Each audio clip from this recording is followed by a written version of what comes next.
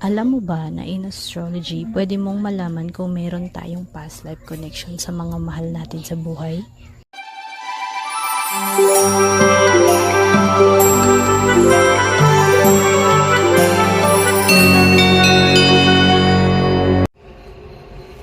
Past life connection in astrology.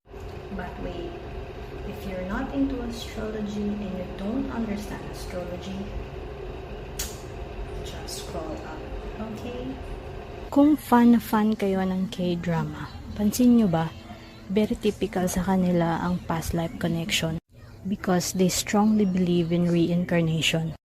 Pinaka-popular na dito ang Goblin, Legend of the Blue Sea, See You in My 19th Life, at marami pang iba. Alam mo ba na in astrology, pwede mong malaman kung meron tayong past life connection sa mga mahal natin sa buhay? At alam mo ba na 80% ng mga taong kilala mo ngayon ay maaaring kilala mo rin sa iyong previous life? 3 things that you need to look for in a synastry chart: the nodes, the 12th house, and the moon. The south node represent our karma, the things that we master, and of course, past life. Ito yung pinaka-indicator natin ng past life connection. The north node naman is our destiny or our soul purpose. Ibig sabihin, ito yung current incarnation natin.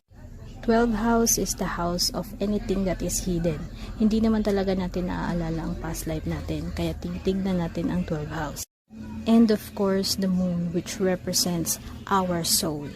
So itong tatlo ang titignan natin sa synastry chart para malaman natin ang connection natin sa other person. Next, of course, ang ating clarifiers. We have the significant signs, the planets, and the houses. Typically, sa natal chart natin, we are composed of all the zodiac signs.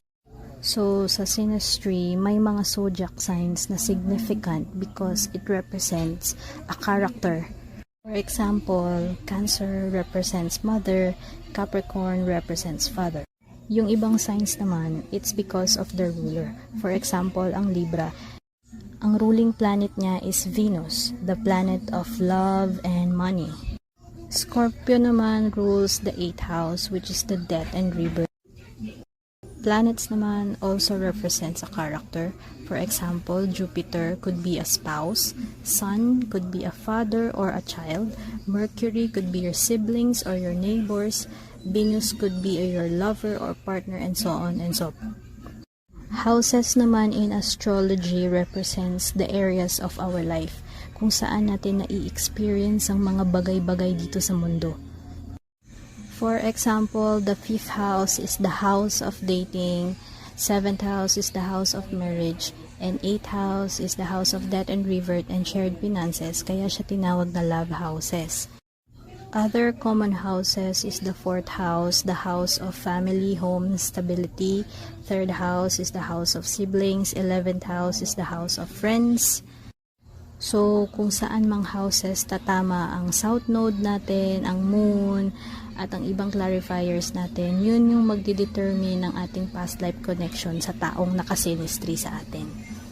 Ganito ang itsura ng ating synastry chart. Sa example na to, ang natal chart ng babae ang nasa loob at ang nasa labas naman ay ang natal chart ng lalaki. We're gonna read an example synastry of past life lover and past life sibling. So comment down below part 2 and part 3 and follow for more. Hi, this is Astro Loves. If you like this video, please hit like and share this to your friends. And together, let's all connect to the universe. If you're new to this channel, please follow us on our social media accounts for more updates. Bye!